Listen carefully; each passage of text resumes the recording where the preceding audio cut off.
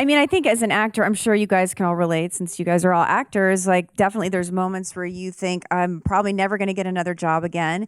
And that's when your chosen family comes in. Yeah, I think it's just like it's like, how do you love yourself no matter what's going on in your career, no matter how difficult your love life might be at moments? How do you find a way to feel good about yourself? I feel like that's my life's journey. And I guess I tried to tell a little bit of that in the film, but just with my friends, that's what we talk about all the time. How do you just love yourself no matter what?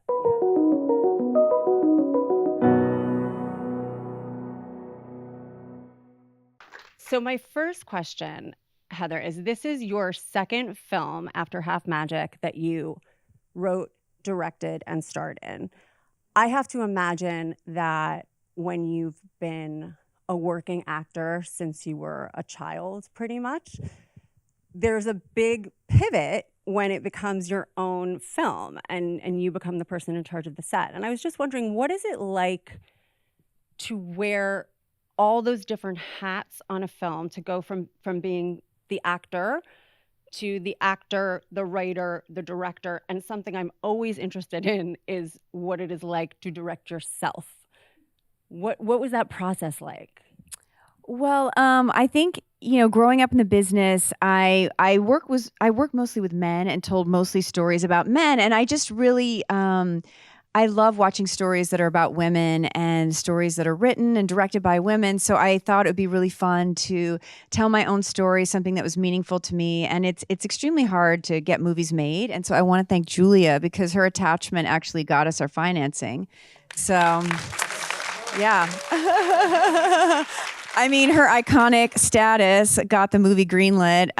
So basically, yeah, it's great women supporting each other, making a movie about our stories, and just, thinking that our stories are important and deserve to be told. And it's great. So many more female directors are directing movies and writing movies. Julia actually just directed her own film, which is amazing. It's coming out in February, I think. Yeah. But it's a little bit torture. It takes a really long time. You write it, and then I had a friend on set who was actually, the friends are sort of inspired by my real life friends, and so the Thomas Lennon character is inspired by my best friend Michael, and so he was on set and he watched every take and he would help me. He'd be like, he would direct me sometimes when I couldn't watch myself. Just because it was too hard. It's like, what is it? Well, you can't really watch yourself when you're acting. So right. Sorry, yeah, not at the same time. Right. Clearly not an actor. Right. Sorry. I thought you meant on this. Yep. That makes more sense. Or it's just, it's time consuming to do a take and then watch playback. So Michael was there to just be a sounding board for Heather. That's awesome. That's amazing. And it's nice to hear that you have the kind of friends that you have in this film, because I mean, I think that's probably one of the biggest takeaways for anybody watching the film, is that we wish we had a chosen family like that. Yeah, I've been really lucky with my friends. Some of them are here tonight. Shout out to you guys laughing. Yeah, no, but I wanted to celebrate my friends that are my family in the film. Yeah, I mean, and that comes through 100%. And so you mentioned Julia's film. So Julia, you wrapped production on your directorial debut, Wish You Were Here, which you also co-wrote with Renee Carlino, on which she wrote the book that the film is based on. Yes? Right. Yeah. Yes. Okay, good. Yes. Not a quiz. I was just making sure that I was getting the facts right. Question really for both of you, because you've both been incredibly successful working actors for as long as you have. I was curious if, sitting down in that director's chair and taking on that role, were there any things that you learned from directors or picked up, or just things that kind of you felt in your body that, like, that's the kind of director I want to be, or that's the kind of thing, this thing that this director did to me once, I really didn't like that. I didn't like how they ran their set. Does it naturally kind of like the muscle memory from your acting past? I think, yeah. I mean, I think the experience of being on a film set for many years, you just through osmosis, pick up on what works and what doesn't work and things that you want to emulate. But we filmed this movie before I went and directed my own movie, and I was definitely, absorbing a lot and watching Heather. And I remember, not to make you uncomfortable, but I remember taking notes on, we were in a rehearsal and it was like a stunt rehearsal. And Heather was so gracious about including everybody and making everybody feel valued and important, listening to everybody, but then also being able to hold a boundary and have her own opinion and make that opinion heard. And there were a couple moments on set where I was just like, that's exactly the way I want to run a set. And also, you were pregnant. She was pregnant when she did the movie, but she was like, it's top secret. And then we had to do that fight scene. So I was like, we got to be careful because she was pregnant. This was insane because Heather sent me Chosen Family like a few years before we actually filmed it, because independent films take a long time to get financed, and sometimes you lose your financing, you change schedules, whatever. And I was always sort of, and meanwhile I was trying to get my movie made, and it was really nice to kind of watch Heather be persistent and stick with her film and finally see it through. But in the meantime, I got pregnant with my third kid, and we would have these phone calls. We're like, okay, we're going in May. Now we're pushing until June, whatever. So I'm thinking like, I can't really, in the early months of pregnancy, you're not really supposed to tell people anyway. So I was like, well, maybe, maybe I can just hide it. And we get to set, and there's the fight scene at the end, and all of a sudden we get to this like stunt rehearsal, and I was like, I think I have to tell her. And so I totally sprung it on you, I'm sorry, like right before this rehearsal. And you were really wonderful and gracious about it and totally supportive. And I think you're a badass that you did it even though you were pregnant. And I'm so grateful you still did the movie even though you were pregnant. I was grateful you didn't fire me. Yeah, I mean, and also, but before, I don't know when you filmed it, but you were already doing like, I assume, quite a lot of punchalates before you revealed, right? I mean, it's not. But that's why there were a lot of like kicks and sort of growls and not much like abdominal work. Got it. I want to talk about the relationship between Anne and Cleo and kind of how you developed that. Heather, I'm curious, did you kind of always picture Julia in your mind when you were writing it? Is it sort of, I don't know what your relationship was like before coming into the film. You're actors, so it's possible you didn't even know each other and you're just good actors, and that part we know. And so you were able to portray this kind of love, hate, complicated, complex, layered friendship. I'm just wondering about how you developed that dynamic as sisters with two very difficult parents, let's call them. Well, I think Julia, she's so iconic and has done so many amazing things. And I think that, a lot of times you come across like really smart together, like you could run the world. I like to say I would like vote for you for president because you just seem like really impressive and like someone you'd really respect. And I just thought it's cool that you were brave enough to take on this character of a person who's just like kind of a mess and falling apart and just angry and just hurt. And so I thought that was really cool for you to show that side of yourself. It was so fun. And I go back to, it was a great script. I mean, it's really as simple as that. Like Heather sent me the script, I don't know how many years ago, and it was so clear on the page that it was very authentic, very much your own voice, and I knew that also that your experience as an actress and your first film would mean that you would be able to make a good movie, and so that's really what it came down to. And then it was just so fun. It's so funny. I mean, it's like, who doesn't want to play a rage addict? Yeah, it was funny, but I mean, it was also very sad. There was kind of a gamut of emotions that you experienced. Yeah, I was hoping to have the tone be that it's humorous, but that the humor is underneath. There's pain, but that at the end of it, that you feel somehow uplifted and just that it's a feel-good movie, but with like a darker underbelly. Yeah, she chooses herself. It's also so rare that you get, the kind of script, you read scripts that are really character driven and paying attention to people, I guess, and relationships. Like so often what's popular or the movies that get made are plot driven and full of stunts and all that, and that's not so much fun or why we became actors in the first place, so it was refreshing to see what Heather had put together. In terms of the kind of less funny bits, the kind of sadder or just tougher kind of underbelly of the film. You very recently, you've been very open. You talked to the Wall Street Journal about your own relationship with your parents and your estrangement. And I'm wondering whether, as the writer or the director or the actor, however it came out, if it was cathartic for you, if you gave your character anything that you kind of wish, and not to sound like too woo-woo about it, but that like little Heather had gotten. Yeah, I mean, I think this movie was my way of telling a story about my growth out of people pleasing into setting boundaries, learning how to take care of myself, to know what I wanted, go after what I wanted, as opposed to feeling overly responsible for everyone in my life. I feel like when I grew up, I thought, oh, in order to get love, I need to take responsibility for everyone in my life. And I wasn't really taught like, no, you can just take care of yourself and go after what you want and just love the people that are loving to you. And, you know, that you can love difficult people if you set boundaries, basically. Yeah, that's good. Somebody started to clap, and I do feel like that is clap worthy because boundaries are incredibly hard to learn. And yeah, that's, yep. Mm-hmm. Speaking of boundaries, let's please talk about Lily.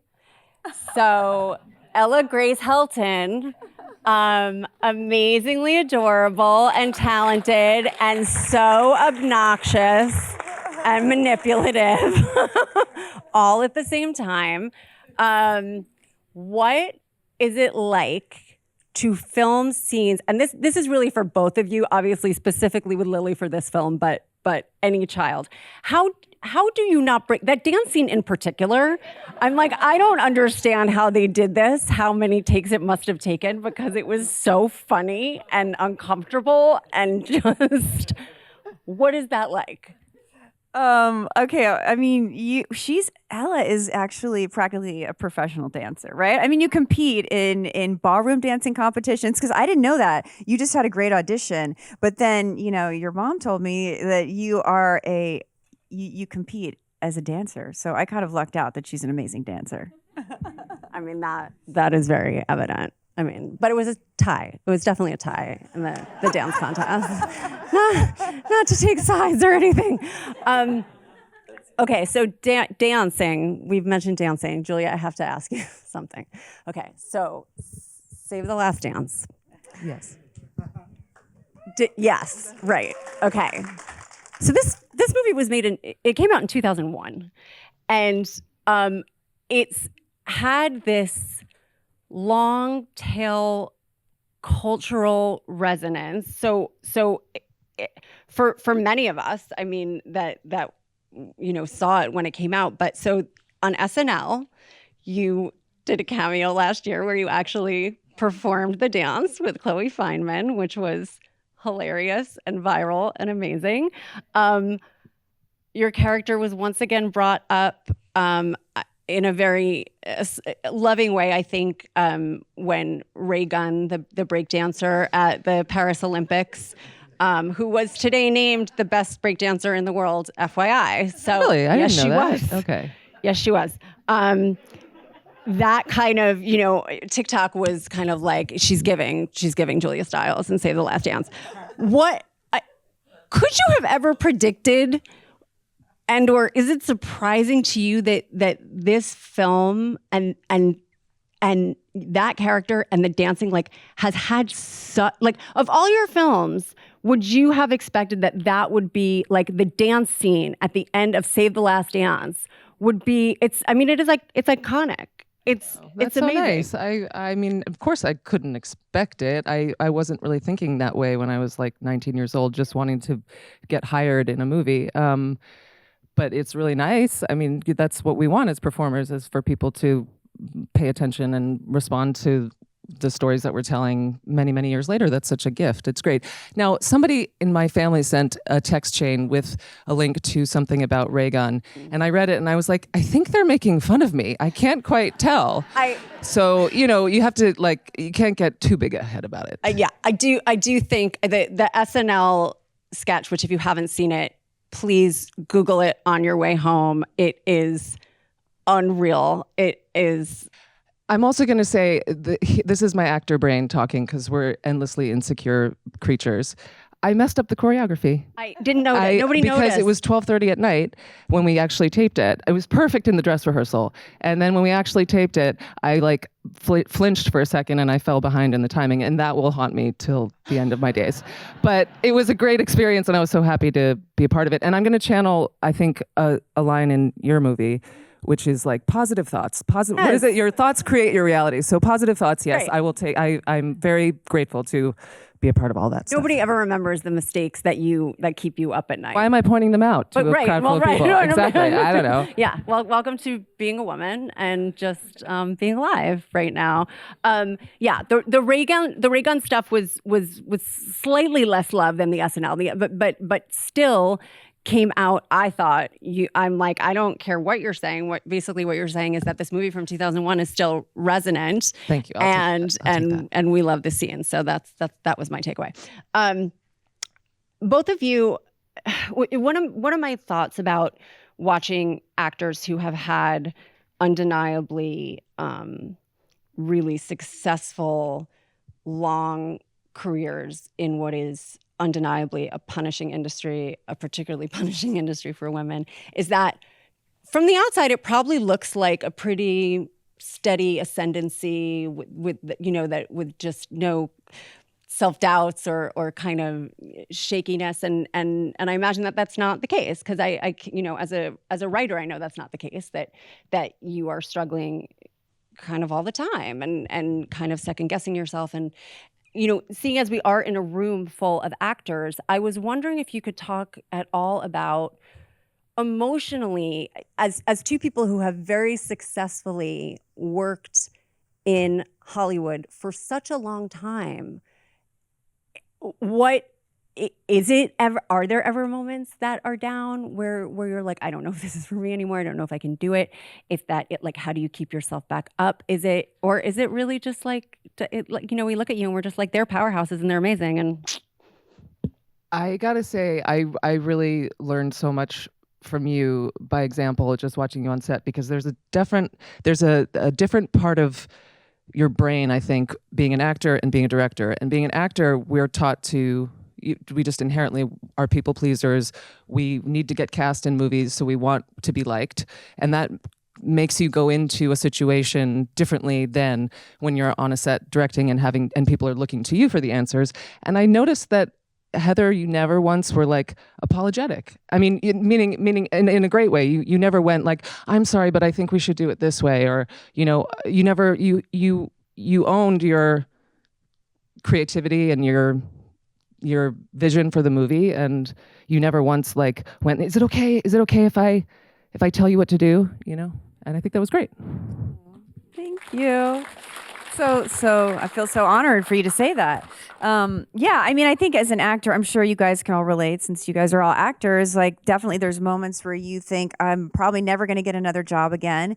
And that's when your chosen family comes in. Yeah, I think it's just like it's like, how do you love yourself no matter what's going on in your career, no matter how difficult your love life might be at moments? How do you find a way to feel good about yourself? I feel like that's my life's journey. And I guess I tried to tell a little bit of that in the film, but just with my friends, that's what we talk about all the time. How do you just love yourself no matter what? Yeah, which is hard, but important. It's important for everybody. Before we wrap up, I have two last questions, and one of them you may not know or remember, but again, since we are at SAG-AFTRA Foundation, do you remember the job that got you your SAG-AFTRA card?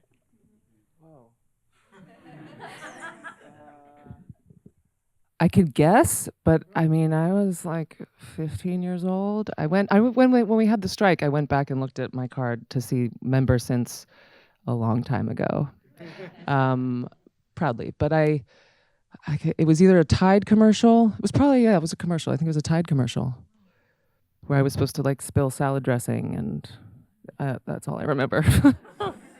Mine was a commercial too. I did this hair commercial and I said, hair doesn't feel like hair or something. That was my line. And you pay like whatever, $1,000 and now you're like, I'm in SAG. It's pretty awesome. Yeah. I feel like that needs to be on a home goods sign or something, like next to Live, Laugh, Love. Like hair doesn't feel like hair. And you know, so this is a question that I always ask actors when I get the chance to talk to them that almost everybody's uncomfortable with because they're like, I don't know. But if you had a piece of advice to give to the actors in the room or actors in general or the people that are out there doing what you do and working at it and in love with it, but also finding it hard and challenging. If you had a piece of advice to give, what would it be? Oh, I always forget the answer to this question when that's it's asked to okay. me. And then I'll be like, brush. I have one, and then you can do yours after mine. Okay, so my main thing I'm learning is I want to be a loving parent to myself because I feel like when I grew up, you know, whatever flawed my parents, I didn't learn how to unconditionally love myself, and so I'm trying to do that now as an adult to find that inner loving parent inside myself to love myself with that inner parent, and I think it's a pretty cool goal, and I think I'm getting better at it. Wait, I think we should end there. That's such good advice. And when I am like brushing my teeth in the morning, I think of the answer that I'm going to wish I had given tonight. But I think it has something to do, relatable is such a bad word, but I think it has something to do with like not losing your center. It's similar. It's like not losing your center and trying to be what everybody else, what you expect, what the expectation is or what everybody else wants you to be. It's more, the reason that I think the most memorable and resonant actors are because they're human beings too. They're not superhuman. They're not perfect. They're not larger than life. They're relatable, and that's why we go to the campfire to listen to stories and so we can see a little bit of ourselves in the person that we see on the screen or on stage. Well, I can't thank you both enough for coming. The film premiered at the Santa Barbara Film Festival in February. It's in theaters October 11th, so make sure that everybody goes to see it, and also on demand. And I just am so appreciative for your time and for this film. Heather Graham and Julia Stiles, everybody. Thank you so much, and have a good night.